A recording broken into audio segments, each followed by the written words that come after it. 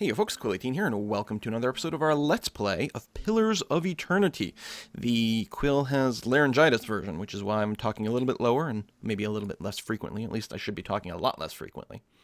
We're going to go into the inn and see what's there. We have gotten a new party member, Aloth, a wizard, and we might go and hire some more people. Floorboards are sticky. Nice. Hello, Pasha. Hey, Pasha, I know that name. I found your chef. Hail and well met. Oh, it's you, Tenfrith. That's the chef that I saved. Told us what you did for him. Such a relief to have him back. I can't thank you enough. Consider yourself a favorite of the house. Discounts on drinks, rooms, and he said he wanted to whip up something nice. He's already back to work in the kitchen. So what would you like? Tell me about the inn. Really well, let's see. Actual building's been here for years. Blackhound's fairly new. We get a lot of new faces here. Tenfrith's a big draw. She'll get the big crowds back again in no time. Very nice. I actually didn't find Tenfrith in my test playthrough when I was making sure that everything was working okay and when I was learning the mechanics, which again, I played a little bit, but at this point we're entering a lot of new stuff, and I never found him, so this is actually a pretty different interaction here. Used to work the tables. Old owner just left. He left his poor hound behind, of course. Place ended up in my hands. Bring everyone in. Cool. Now I'm going to read everything out loud just because my voice will not allow it. Can't offer you much of a good meal unless you're fond of cold porridge. Well, we do want an inn, that's for sure. You've also got some stuff for sale. But here's the one I really want. I could use some reliable help. Do you know of anyone looking for work? We do have certain sorts coming by. If you want to hire someone on, I'd be happy to send them your way. Let's see what we have to work with. So, we can get a level 1 adventurer for 250 coppers. And basically, it'll just drop us into the character creation process. Right now, we don't have enough, so we're going to have to sell some stuff. We've got some trading we can do here. And what it means is we can dump some of this excess gear. Adventurers we hire should come with gear on them, so we can probably sell all this stuff relatively safely. I don't think any of it was in particularly special quality, so we'll probably just go ahead and sell everything. Sell all these weapons, some extra armor, and again, it's all pretty generic. So we'll go ahead and just vend all this stuff as well. There we go, we're making some decent amount of money. These helmets have no traits whatsoever. They're just decorative at this point, so again, we can vendor that. Okay, the rice doesn't sell for anything. I could sell some extra torches, which I'll do. I'll keep the hammer and chisel, because that might help for some things. I'll sell the wolf hides. I will keep 2 torches just in case it comes up. The lockpicks, this tattered journal doesn't sell for anything. I'm going to keep all my ingredients, which I can use for potions and stuff later on. We could buy some food. I don't think that's much of a priority. We can also buy some extra camping supplies. I think we've got 2 left. I think, well, you know what? Let's try to max out on camping supplies. Can we? There we go. Move 3 of them out. There we are. So we'll trade that. We'll still make a bunch of money, which will be nice. Excellent. That's the hiring. This is that. We can also camp over here. You'll notice it's free to sleep in the common room. It's quite a bit more expensive to sleep in a fancy room, but you do get a buff. This is +1 to 2 separate skills, and this is +2 to an attribute. And I think it lasts until the next rest. I think for now, I'm just going to go ahead and sleep in the common room. Get my health all the way up. Ooh, we get a dream. Your sleep is restless and fevered, assaulted by hisses and whispers, blanketed with suffocating anxiety. You open your eyes to awaken, to find yourself in front of the Gilded Vale's gallows tree, the creaking of its ropes growing louder in your mind until the sound is deafening. Hanging from the tree is an old dwarf woman whose face is shriveled inward like moldering fruit. Her head hangs limp to one side. As you look at her, she looms larger and larger in your mind until she is mere inches from your face. Suddenly, her head snaps up, and her eyes open, and they are empty. And behind them is vast nothingness that makes your stomach drop. Her mouth slowly parts, and with a gust of rancid air, she speaks a word. Watcher. You jolt awake, the foul smell of the dwarf woman's breath still permeating your nostrils. Sweat runs down your face in thick droplets, and your skin is soaked from head to toe. You remember the woman. You remember seeing her decaying face when you spoke with the magistrate. He called her an animancer. Though it fills you with a new queasy apprehension, you feel a strange compulsion to see this woman once more, if only to confirm she is truly dead. Alright, we'll have to check that tree once more. Oh, we actually, we gained some XP. We've leveled up both characters. We're going to have 2 level 3 characters. Oh, that's really good. Okay. So, let me actually exit out of... yes, cancel the leveling up. I want to check what skills Eloth has already. Most likely, I was going to say, most likely we've got a lot of lore, and most likely we're going to want to keep boosting his lore. We want one person in the party with really good lore, so I'll go ahead and invest in that. Now, I don't have enough money to keep investing. You don't get to save your points afterwards. So maybe what I'll do is drop a rank into stealth, just, you know, so that when our whole party goes into scouting mode, it's a little bit better.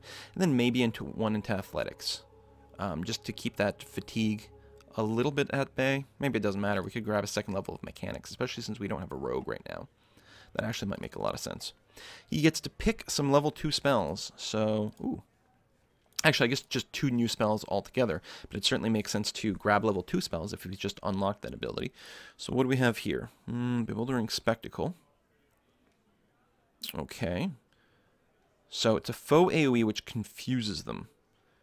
Every 6 seconds, the target checks randomly to do one of the following. Behave normally, attack an ally, walk in a random direction, or do nothing. Okay, so it's a one-shot spell, and if it works and confuses them, it lasts for 6.5 seconds. Which is not a terribly long time, but can potentially shut down a lot of people. We can web people. Keeps an area webbed down. This is basically very similar to my Druid ability, because the duration lasts a while and then it hobbles them, but it's got no friend or foe direction. Bulwark against the elements.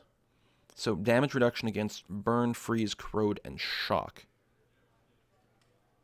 Oh, against myself. Just me personally, not sort of my entire party. Not targetable. We'll keep that in mind.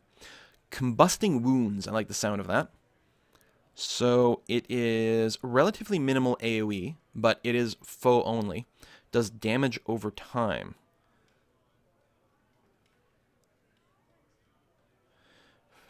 Five burn damage over time when hit for 26 damage. But how often does the damage over time trigger? Is it 5 seconds over, or 5 damage over 26 seconds? No. Is it 5 damage per second? That would be pretty potent. We'd have to look that up, but that might be a really good thing. Corrosive Siphon.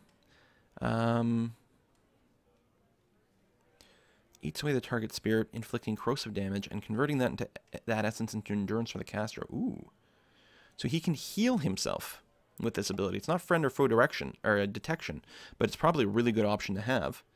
What else do we have? AoE blind, quite a long duration, and blind is really quite brutal. No friend or foe direction, pretty good. Fetid Carcass. Target becomes paralyzed. It's an AoE. Okay, so it paralyzes the target, and then everyone around that target gets sickened. Maybe. This is actually a heal. Now, I think my character already has one heal. Oh, this is heals myself. A self-heal. Maybe. Well, if we already have the Corrosive Siphon, we don't really need that. Merciless Gaze. So, for the next minute, 15% of my hits become crits. It's pretty strong. Okay, just debuffs people's stats. Mirrored Image. There we go. We know that spell. Actually, wasn't there... Don't we have a level 1 Mirrored Image? I don't understand. I thought he already had this spell. Maybe not. Necrotic Lance. Targets one person and does huge damage right up front. And there we go. See, this says, so 18 damage over 5 seconds. But we're already doing some corrosive damage. I think we're going to want to mix it up. Ray of Fire. Lasts for 10 seconds. So again, we don't know how often it ticks. Inflicting continual burn damage. So yeah, I don't know how frequently it ticks, and we have to be very careful because it leaves a beam. Anyone who walks through a beam, including one of my own party members, can take the extra burn damage, but it kind of opens up some cool positional things. And then we got Rolling Flame. Rebounding Ball of Fire. That might be a little dangerous. Nice damage, though. Let's go ahead and try the Ray of Fire because it sounds like fun, plus the Corrosive Siphon. Alright. Then we'll level ourselves up. And then we got to make a character from hiring an adventurer because I want to make sure we've got a nice frontline fighter in the group. So again, yes, I will make sure I do this. You know what? I'm not sure. I was going to say a little bit more stealth. But I don't think we're going to be the primary scout. I think ultimately we will have a rogue. Although the rogue might just have high mechanic skill. We might want to dabble into a little athletics and a little mechanics just to make sure. Again, it may not make sense to have me have mechanics here. You know what? Let's put it into stealth just because it spends our points wisely. Or well and efficiently. And then we'll figure out something next level. When we have to dump some stuff. Oh, I actually don't get new spells this level. Well, it might have unlocked... No, there we go. It unlocked the next level. Of course, I don't have to learn spells. I automatically know them all. We don't get another talent, which is too bad. Yeah, you there. How may I help? I thought you had, in your grimoire, you had Wizard's Double, which is different how?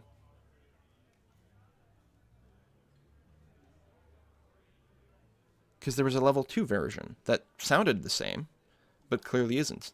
This one doesn't specify a duration, though. Oh... Maybe the other one didn't say until damaged at all. Maybe you just get plus 20 duration, or deflection, period. That would be pretty potent. Let's go and find our... Oh, we're going to recruit someone. Hold on. I was going to say we're going to talk to this guy, but let's recruit someone first. How do you do? We got some money. I'd like to hire some help. And I think because we're level 3, we could go ahead and invest directly into a level 2 adventurer, which sounds like a good idea. So we'll do that. Just someone to pad out our party. And I don't think I'm going to build any more than this, but just one extra person to work it out. We've got 2 people in our party already who are male. Let's mix it up with female. And I do want a fighter. Humans, these are fine stats. This is just pure might, which is pretty good. But I don't necessarily need a damage dealer. What I'm mostly looking for is someone tanky. We could go with a dwarf. I mean, the penalty to dexterity means you're a little bit slower, and you actually get a little bit less deflection, but we can get a lot more constitution going. Maybe a dwarven paladin as a frontline tank? Or just a straight-up fighter. Got the elf, Orlin, which I think would be... It technically is fine, but, the godlikes, the stats are a little bit off. We could go with one of these people. It's a lot of might. What kind of secondary things? Increased defense against poison and disease. Accuracy against wilder or primordial types. If we go this one, we can get... Oh yeah, bonus to defense against prone and stun. I like that. All right. Welcome to the group. So yeah, straight up fighter has some of the highest stats. In addition to that, built-in endurance recovery during combat. The paladin is not quite as tough, but has higher defense potential with the faith and conviction. Now, one thing... Okay, before I make this, I should be checking what my current dispositions are. Because that's going to get better based on this. I don't know, we can pick someone who's kind of compatible. Cruel and aggressive, no. Passionate and clever. I feel like we mostly do that. We might end up with a fair bit of stoic. But I don't know, we have a fair amount of passion, I think, going in. Stoic and rational. No, I think aggressive is going to be one of the things we might have. Benevolent, passionate, and not deceptive or cruel. I think that actually fits in very well because I don't plan on being deceptive or cruel. And, relatively, yeah, we'll want to be helpful. And I think there's going to be a fair amount of passion going on. That might be a pretty good fit for us. Shield bearer. Honest, diplomatic. I think there's going to be a lot of honesty. We might get some aggressiveness, though. I'm going to go with the kind wayfarers because they're not bothered by being aggressive because we might end up with that. I think I like this idea. So we get a couple of options. We can go Flames of Devotion for a paladin ability. Once per encounter, we do a full attack plus an extra, so basically do double damage, but half that double damage will be burn, but that's nice for variety. Or a Lay on Hands, which lets you heal someone else. I don't think you can heal yourself, but heal someone else for endurance. And that's quite a bit. My character, this is like a full heal from scratch, which isn't bad. Since you're going to be a frontline fighter and you're probably going to be tied up in combat, you might not be able to walk away to do your Lay on Hands. It's got a bit of range, but not much. So I'll go ahead and get the Flames of Devotion. So they suggest a lot of perception and a lot of resolve on this character. Certainly we're going to want some bonus hit points if you're going to be a frontline fighter, though. So we might spread this out just a little bit. Highly recommended for paladins. Why? because deflection. Also, the bonus to interrupt might be handy. I also really like the idea of resolve to prevent us from being maybe broken on concentration. Also, both of these give us more deflection. I guess that's it. We don't get as many hit points if we don't put into Constitution. We have a lot of deflection, and we're most likely not going to be targeted by... I mean, we're going to be targeted by all sorts of things, but ultimately, we're going to be in front, and we're going to be targeted by a lot of direct attacks, so having a high deflection actually does make a lot of sense. We don't necessarily need to pump out a lot of might. Yeah, I mean, you know, dealing damage is pretty important. You know, we could go with quite a bit of a bust up there. I'm not going to worry too much about intellect. Yeah, you're going to have some spells as a paladin, I suspect, so the area effect and duration and all that is going to be pretty useful, but I may not worry about it too much. Let's go ahead and buff up these two stats here. And we'll get, you know, slightly more deflection built in all the time. So a bit spread out. There might be some checks that require us to have a particularly high stat. Although I think those conversations mostly use my own stats for that. Not the skills, but the stats itself. I suppose I could drop the Constitution a bit more and really go high on these things.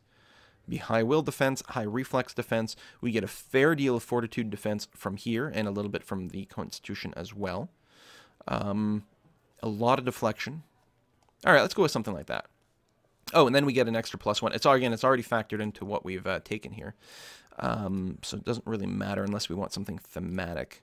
Maybe the Archipelago with the pirates. A little bit more dexterity, a little less resolve.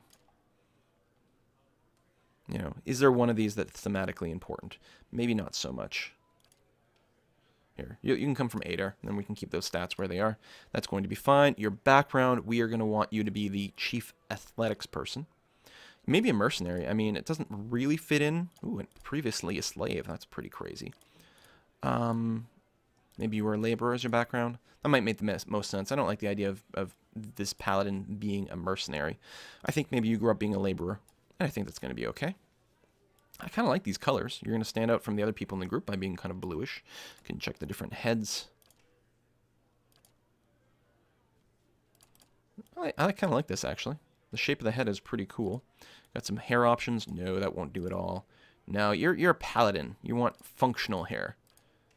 You know, something like that might work. No, these are all too big and puffy. This can work. Again, you know, some braids definitely pulled out of the face. Sort of chunky braids like this. Just big hair. Actually, I kind of like the big hair. Just bald. Can't get any more functional than that.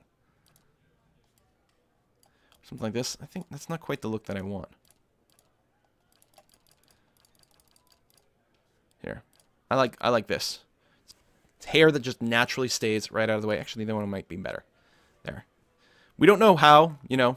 She uses a lot of product in her hair. Keep everything out, but you know, you don't have to worry about this getting in your way. It looks big and impressive and very cool, and I like it. It says level 1 paladin, but I believe that she will automatically level. I think that's fine. She will automatically level up once once we finish creating the character. She'll go up to level 2 right away. I need a name for this. I'm gonna go ahead and name them after, or name her after one of my subscribers from twitch.tv. Let me just pull up my listing over here. Copy your subscriber list. Re-randomize that list. Now, I got to warn you, this character... Oops, that's not the list. Or what I want to do, column D. This character may not be with us forever. As we fill out our party with NPCs that we actually find in the game, we may replace her, just to make sure that we've got a good mix of like people with story and dialogue. You are going to be Kutarin, which actually I think is a great name for this kind of character. Seems interesting. Kutarin the Paladin. Welcome to the group. So there we go. And yes, indeed, she has leveled up right away. So we're going to go ahead and do that. We are going to keep lots of athletics. We're going to max that out right away. So we've got someone in the group with a lot of it. She'll also never get fatigued, which is quite nice. We probably will want to give her a little bit. In fact, what we could do is pull back there and just grab a couple of ranks in stealth. You know what? No. It means our party is not going to be able to sneak by encounters completely, but as long as we end up with a rogue somewhere that's got high stealth, we'll have some pretty reliable scouting, which is what we're going to have to rely on. So we get a talent at level 2. So again, you get the same pool of offensive, defensive, and utility talents that are quite good. Hold the line might be really, really nice for this character because you can engage more people and stop them from running away. On the other hand, the class talents are pretty good. Modifies Flames of Devotion.